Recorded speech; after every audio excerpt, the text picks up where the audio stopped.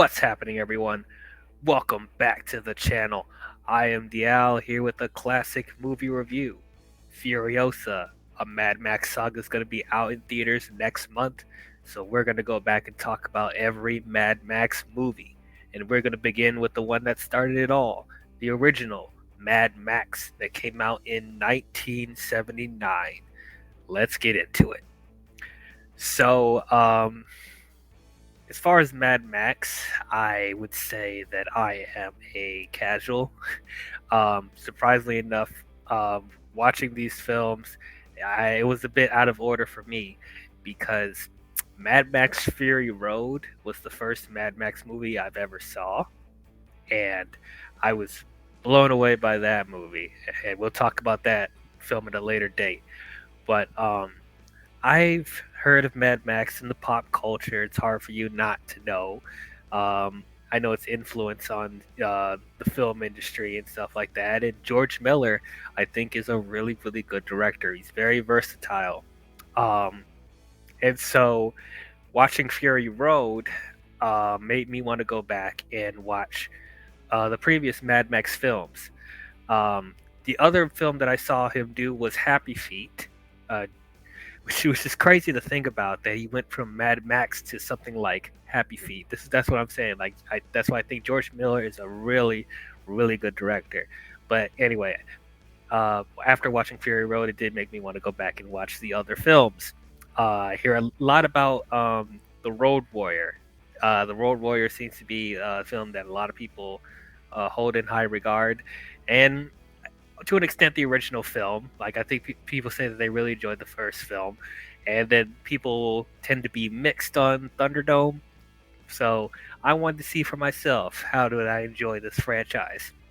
So going into this, I was expecting some really good things. Like I'm not expecting the first Mad Max to be like as great as like Fury Road because it's like an older film and it's like it has to set the foundation. So, and from like the posters and like some of the clips that I've seen from this movie, it seems like it wasn't in that like post-apocalyptic setting that we're used to seeing now. Like it was, I guess, it's pre-post-apocalyptic, which okay, that'll be interesting. Let's see how that. Let's see how the stuff started out. How did we get to this point? That's what I was most interested in seeing with the first Mad Max. How did we get to the post-apocalyptic stuff? So, if it's set in a time where it's not exactly that yet, but it's about to, all right, that's an interesting concept. So, sitting down and watching this, I'm gonna disappoint a lot of people. I I didn't like this movie. I really didn't like it. Um, I don't know, man. I was very let down. I was bored. I'm gonna be very honest with you. I was really bored. Um, there's not gonna be too much for me to say about this movie because not a lot happens. I mean, that's the bottom line. Um, I know, people that grew up with this franchise, like they hold this film in a special place in their hearts. Um, but I don't know. I just objectively, I really don't see what's too exciting about this movie outside of a couple of sequences. I'm just gonna be very real. Like the one thing I was looking forward to seeing was how did this post-apocalyptic world come to be? Like where how did we get to this point? And the movie doesn't even explain that.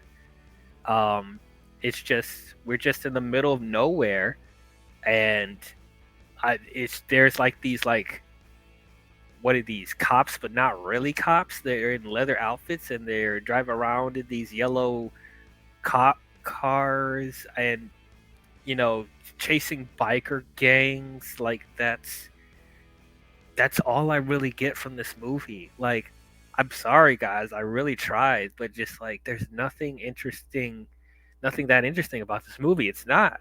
Um like even like Mel Gibson as the main character Max. Um, I'll be honest with you, I'm not the biggest fan of Mel Gibson. Um, he had some decent performances in other films, and he's directed a couple of really good films in my opinion. But I just don't really care for him as a person, and even his directing style, I don't love everything that he does. Uh, it's crazy seeing a very young Mel Gibson here. Like he looks so different when he was younger. Um, but he there's not much character with him. You know, there's not a lot of personality. He plays it very dry and short.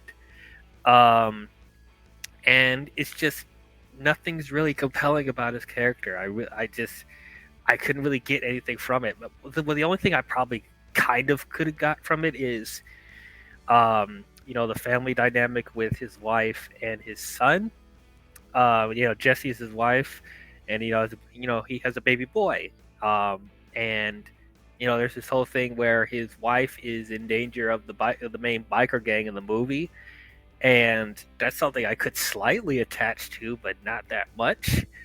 Because I really don't get to know him as a person, and like we barely spend time with with all three of them together, like actually seeing the relationship and the bond between him and his wife and his kid. Like that could be something emotionally compelling, but they don't spend a lot of time on it. It's just mainly him out on the road chasing biker people, and that's about it. I don't know. I just don't think can get out of that. As far as the main biker gang, like there's some kind of interesting stuff with them. I still wouldn't say full rounded like it's like great character development with them either, but like at least they had some kooky personalities. I guess the main villain of the movie, Toe Cutter, I thought he was kind of interesting to watch, because he's the his personality's like pretty wacko and crazy, I guess, and I just, but that's pretty much it. Like, I wouldn't even say he's like that intimidating. Like, I don't know, guys. Like, I'm really struggling to get something out of this movie. I really am. But like there could have been some more. They could have done so much more with Toe Cutter. It's like I I don't know. I really don't know. Uh, there's some cool car chase sequences here and there. Well, mainly in the beginning, the beginning chase sequence and the very end sequence, last 15 minutes or so. That was cool. Like I like seeing practical stunts when it comes to car chases, and I thought George Miller did a pretty good job with that. I will say that you do feel a little bit of George Miller's vision in this. Like he does have kind of a style that's trying to come out of this movie. So it's like you can feel his personality a little bit, but like you could tell this is really indie George Miller. Like I think this is the first film that he's ever done. Um and it really feels that way. It feels so much like an indie, like a low budget, like college film project. That's what this movie feels like. This film feels like it's put together with duct tape and prayers. Like that's really how it feels, and like it, not so much in the charming way that much, like like Sam Raimi with the Evil Dead films, but literally this film felt like a school project. That's really what it felt like to me. Um, I don't know. There's just not that much I can get out of. Like the Interceptor, the Charger that Max drives. That's a cool looking car. It has some decent stunts here and there. Um, that's pretty much it. Like even like the poster that they have, where he has like what he has the helmet and the cool shoulder pads and all that stuff. That doesn't really even happen in the movie either. So that's kind of false advertising there. Like this, I don't know. I don't know. There's not too much for me to say about this film. Like, I I don't really care to see this again. Like, I was put to sleep a couple of times trying to watch this. Um, but I don't know. That's all I can really say about it. I'm sorry to say, like, I'm sorry if you guys were expecting me to go into a deep dive and an analysis, some sort of analysis with this film, but there's not really much for me to get out of this. Um, if I was trying to introduce somebody into the Mad Max world, I don't know if this is the film I would start out with. And I know that's probably blasphemy for people that are really big Mad Max fans, but like, I'll be very honest with you. Um, I just I just don't really see anything in here that really builds on the stuff that we eventually get.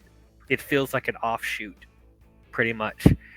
Um, and like I said, they don't even explain how we got to how the post-apocalyptic, landscape or the pre-post-apocalyptic landscape that it's in. It doesn't even explain how it got to that point. It's just there. It doesn't feel anything like what we eventually get with Fury Road, or even what I hear about Road Warrior and Thunder Beyond Thunderdome. So no, I don't know. I would want to should have just skipped to Road Warrior, to be honest, to really get a sense of what George Miller's vision was trying to do. But yeah, that's all I got to say about this film. Um, it's pretty boring. It's very bland. The characters aren't that interesting. There's not enough action. They don't. The world building's very lackluster.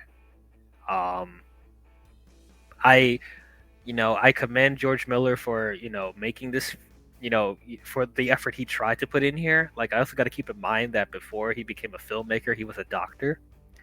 So for someone to transition into filmmaking, like I said, I could feel his personality in here. So like, I do want to give him I give him a B or a C for effort. It could have been a lot worse, but yeah, I look forward to seeing how he evolves from here, because he does get so much better from this. Um, but overall, I will give Mad Max a D. Um, yeah, not great, not so great. Not very memorable. Don't really want to watch this again. But those are my thoughts on Mad Max. What did you guys think about it? Did you guys love it? Did you guys hate it? Did you guys think it was okay? Do you think this was a good starting off point to the Mad Max franchise? How does it compare to the other films? Comment your thoughts down below and let me know. So the next film I will be talking about is Mad Max 2: The Road Warrior. So tune in for that when it comes out. But if you guys enjoyed this, please don't forget to leave a thumbs up. Or, if you didn't enjoy this review and you completely disagree with me, it's okay to dislike it. It's fine. It makes for good discussion. Even if you don't agree with me, that's fine. But yeah, don't forget to hit the bell, subscribe to the channel, and I will see you guys next time. See you next review. Talk to you guys later. Bye bye.